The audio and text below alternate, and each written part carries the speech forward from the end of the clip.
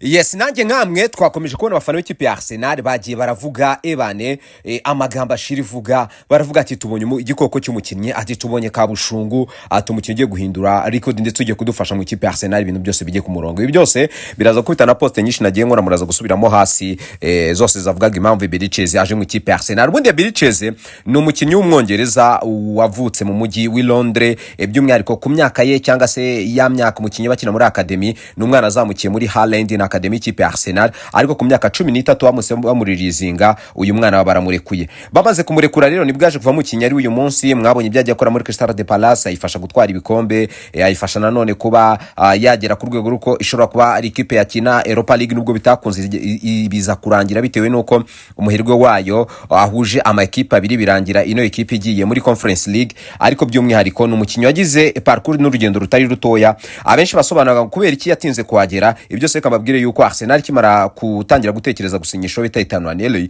bafata icyemezo cyuko uyu bite Beriches baba bitwaye gakeya, ubundi Beriches akaba yaza nyuma yuko Itanuanelli baraza kwa bamurangije. Reka no twinjire muri parcours y'urugendo rw'uyu mukinnyi. No mukinnyi nyuma yuko Arsenal muri rizinze ku myaka 13 yahise yerekeza Craven Cottage kwa Fulham. Iyi kipe rero nayo nanone ntabwo yigeze ishima akazi yabashe kuyikorera, yerekeza kwa Reading. Akimara kugera kwa Reading nanone nibwo nabo batamushimye, bakimara kutamushima yahise yerekera nanone kwa Millwall niho yaje gukina ageza muri 2016. Ikipe ya Queen's Park Rangers iramubona, iramushima, iravuga ati reka twe tumwifatire, cyane cyane ko Millwall namwe mubashije kumusezerera.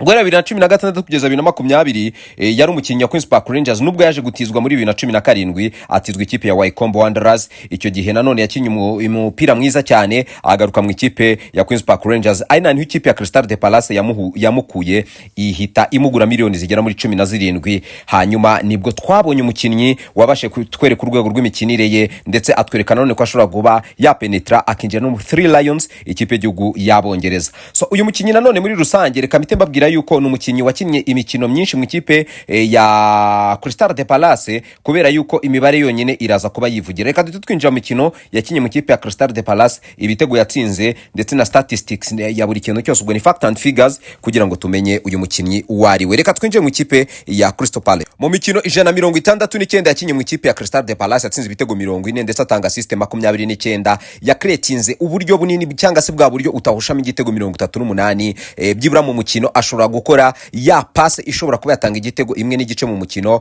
Nanone byibura mu macengo menshi agerageza mu mukino, byibura imwe n'ibice 88 ibasha gukunda. Byibura mu mukino nanone abasha gutsinda duel cyangwa se yangajije duel enye n'ibice 95 mu mukino, byibura arazitsinda. Nanone mu buryo bwo gupasa cyangwa se passes zigera ku bakinnyi, byibura 83 n'ibice 3% y'imipira umusore abasha gutanga igera ku bakinnyi. Bivuze ngo no mukinnyi ufite passing iri ku rwego rw'ejuru, ndetse akaba afite na accuracy yo kuba adribla byiza cyane. Bivuze ngo ku ikipe ya Arsenal yari ifite ikibazo cy'umukinnyi ufite za karite zo kuba yakwerimina one on one, babonye igisubizo gihamye. Bigaragara nanone yuko kuri Arsenal baguze umukinnyi mwiza cyane. Reka turebere hamwe muri rusange ese Arsenal transfer market yabo byagenze ute. Abenshi bakomeje kuvuga ati uyu mugabo bita Andre Berta yakoze akazi gakomeye cyane, ahubwo yagakwiye guhabwa indabyo ze, byanashoboka bakamwubakira stati. Yaguze bakinnyi 7 muri iyi sezo, kandi abakinnyi bose bashobora kuba babanza mu kibuga. Harimo Martin Zubimendi, harimo Beriches, Victor Gyökeres, Nono Madueke,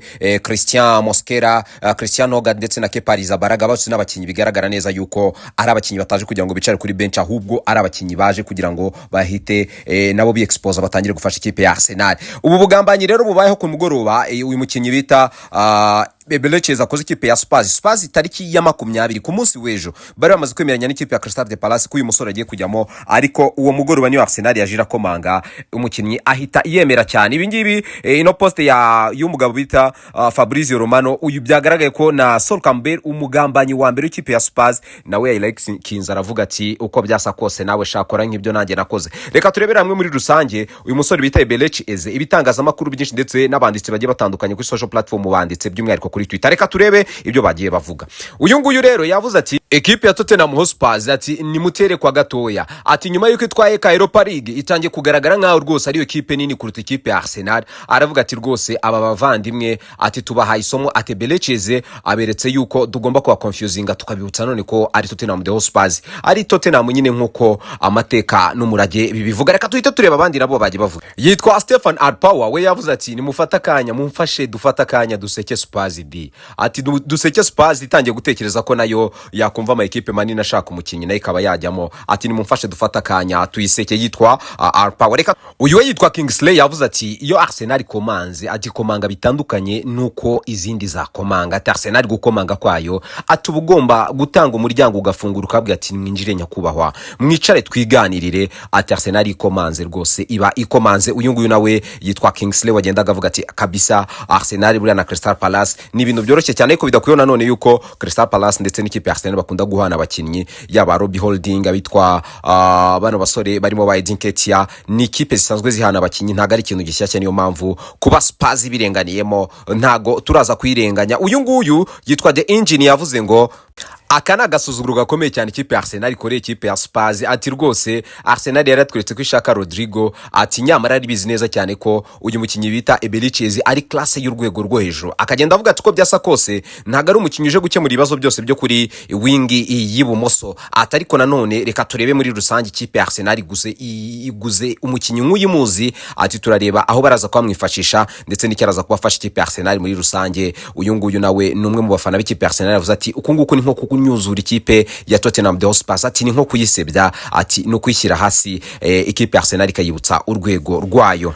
Uyu we ati Arsenal na Spurs ati byayo ni byenda gusetsa, atakumiro rwose ni nkitusha. Ati mu cyumweru gishize ati ikipe ya Spurs yari yavuze ati irakora ibishoboka byose, ati cyo byayisaba cyose iragitanga, atariko ibashe kwibika uyu mukinyi bite Beleceze Arsenal ntibe yabasha kumugura, ati cyo byasaba cyose. Kandi munabyibuke neza ko Beleceze icyo gihe yabonaga Arsenal nta gahunda iri kugaragaza, yemerera Spurs ati nta kibazo ngiye naza ngakora akazi, atariko mu kanya nkako guhumbya Arsenal iraje ibikapu byose bitabyifunga. Umukinyi wari wamaze kwemera ko bakora akazi ni ubaye nimero ya mbere gucika iyi ekipe ya Spurs akaba yerekeje mu ikipe ya Arsenal. Sofa ni ikipe ya Arsenal bigaragara neza yuko gahunda yayo no kuba yatwara igikombe. Hari umugabo umwe mu basesenguzi ndetse mu opponent benshi dufana kandi tunakunda, yitwa Darme Chef yavuze ati ikipe ya Arsenal ati buriya kuba itari yahise igura Beleceze, ati nanone bitewe nuko Beleceze ari umukinyi wari ufite ririskozi ya $68, ati suko andi makipe atamubonaga, ati sinuko ataraza ubushobozi bwiwe, atahubwo ikintu cyari giri hariya ni Beleceze wari ufite inzozi zuko ashobora gukina muri Arsenal, kuko yarajya bivuga mu bwana bwe avuga ko yarazi neza yuko gukina muri Arsenal inzozi ze, atari kwa muri rizinga abonye ko ubuzima bwe buhindutse byanamufashije kugira ngo ahandi ahantu hose yagiye kwirukanwa cyangwa se kuri rizinga, ati nta na kimwe byigeze bimuhungabanyaho. Ati rero yagendaga avuga ati ikipe ya Arsenal ati niyo uyu musore yarakeneye cyangwa se yarategereje kugira ngo abashe gukonfirma. Witwa Mohamed Salah atangiye ino sezi ijya gutangira yavuze yuko byibura uyu mwaka twakwemera ko Arsenal umukotenda w'igikombe, ati kuba yanagitwara ntago kiraza kuba ari inkuru, ati nta no kiraza kugenda bitungura. Kora subscribe kugira ngo tujye tubana mu nkuru nyinshi zigiye zitandukanye, ujye dufollowinga buri munsi. Nitwa Elvino Kwize, ryoherwa nanjye kimfite kubera yuko ntago bizi ko ku munsi w'ejo cyangwa ejo haho naba nakubrotse ubundi ukazajya wumva amakuru yanjye yakuye ku Paso Coto Visa Larga.